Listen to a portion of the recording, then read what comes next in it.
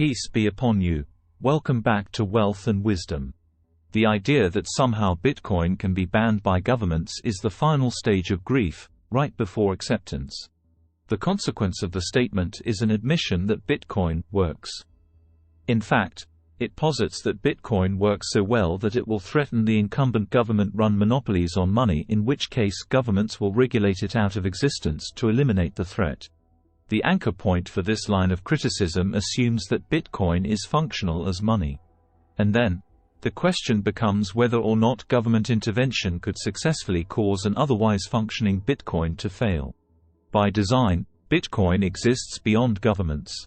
But Bitcoin is not just beyond the control of governments, it functions without the coordination of any central third parties. It is global and decentralized. Anyone can access Bitcoin on a permissionless basis, and the more widespread it becomes, the more difficult it becomes to censor the network. The architecture of Bitcoin is practically purpose-built to resist and immunize any attempts by governments to ban it. This is not to say that governments all over the world will not attempt to regulate, tax, or even ban its use. There will certainly be a fight to resist Bitcoin adoption.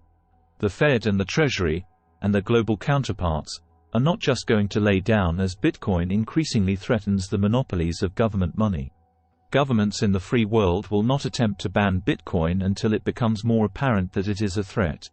At which time, Bitcoin will be more valuable and undoubtedly harder to ban, as it will be held by far more people in far more places. Are you telling me to ignore fundamentals and the asymmetry inherent in a global monetization event because in the event you turn out to be right, the government will step in to regulate Bitcoin out of existence? Which side of the fence would a rational economic actor rather be on? Owning a monetary asset that has increased in value so dramatically that it threatens the global reserve currency, or the opposite, not owning that asset? Now let's think about what Bitcoin actually represents and what a ban of Bitcoin would represent. Bitcoin represents the conversion of subjective value, created and exchanged in the real world, for digital keys. Said more plainly, it is the conversion of an individual's time into money. When someone demands Bitcoin, they are at the same time foregoing demand for some other good, whether it be a dollar, a house, a car, or food, etc. Bitcoin represents monetary savings that comes with the opportunity cost of other goods and services. Banning Bitcoin would be an affront to the most basic freedoms it is designed to both provide and preserve. Imagine the response by all those that have adopted Bitcoin. Well, that was fun. The tool that the experts said would never work, now works too well, and the same experts and authorities say we can't use it. Go home. Show's over, folks. To believe that all the people in the world that have adopted Bitcoin for the financial freedom and sovereignty it provides would suddenly lay down and accept the ultimate infringement of that freedom is not rational. Governments could not successfully ban the consumption of alcohol, the use of drugs, the purchase of firearms, or the ownership of gold. A government can marginally restrict access, or even make possession illegal, but it cannot make something of value demanded by a broad and disparate group of people magically go away. When the US made the private ownership of gold illegal in 1933, gold did not lose its value or disappear as a monetary medium. It actually increased in value relative to the dollar, and just 30 years later, the ban was lifted.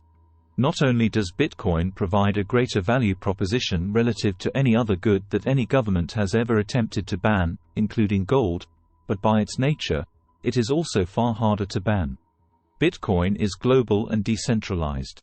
It is without borders and it is secured by nodes and cryptographic keys. The act of banning Bitcoin would require preventing open-source software code from being run and preventing digital signatures, created by cryptographic keys, from being broadcast on the Internet.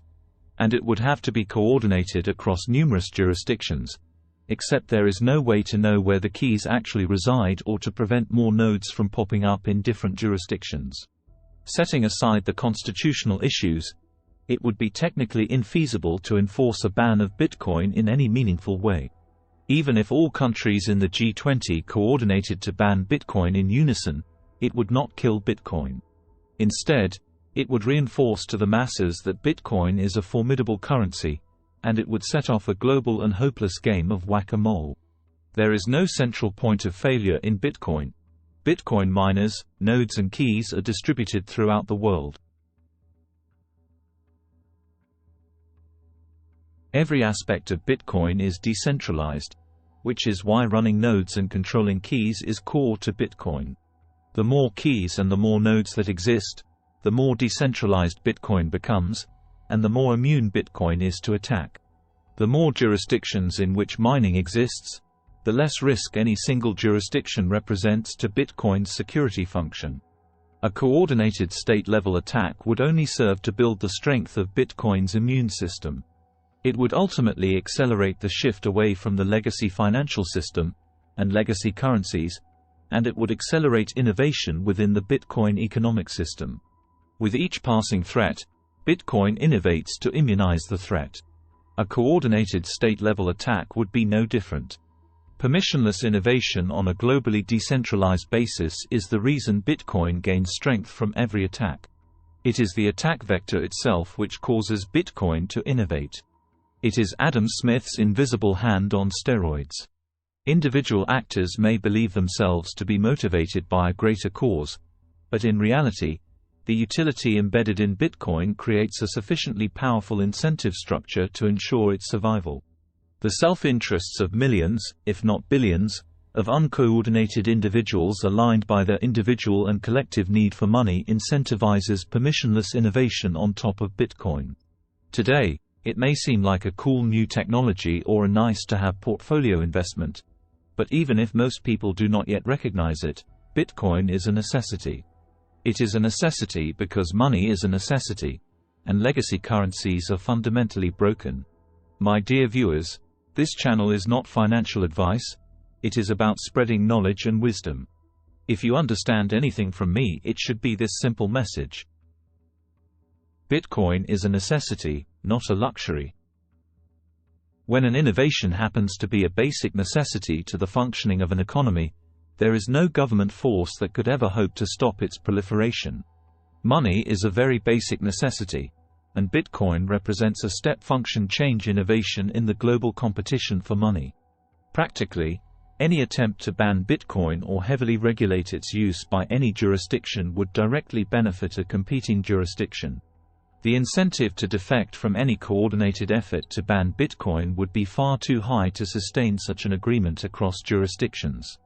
If the United States made the possession of Bitcoin illegal tomorrow, would it slow down proliferation, development and adoption of Bitcoin, and would it cause the value of the network to decline intermittently? Probably. Would it kill Bitcoin? No. Bitcoin represents the most mobile capital in the world. Countries and jurisdictions that create regulatory certainty and place the least amount of restrictions on the use of Bitcoin will benefit significantly from capital inflows. It is a prisoner's dilemma, involving numerous jurisdictions, all with competing interests, making any attempts to successfully ban Bitcoin that much more impractical. Human capital, physical capital and monetary capital will flow to the countries and jurisdictions with the least restrictive regulations on Bitcoin. It may not happen overnight, but attempting to ban Bitcoin is the equivalent of a country cutting off its nose to spite its face. It doesn't mean that countries will not try. India has already tried to ban Bitcoin. China has attempted to heavily restrict its use. But each time a country takes an action to restrict the use of Bitcoin, it actually has the unintended effect of promoting Bitcoin adoption. Attempts to ban Bitcoin are an extremely effective marketing tool for Bitcoin. Bitcoin exists as a non-sovereign, censorship-resistant form of money. It is designed to exist beyond the state. Attempts to ban Bitcoin merely serve to reinforce Bitcoin's reason for existence and ultimately, its value proposition. The only move left is to play the game. If you learned something, help us to grow the channel and spread wealth and wisdom. Until next time, Assalamu alaikum.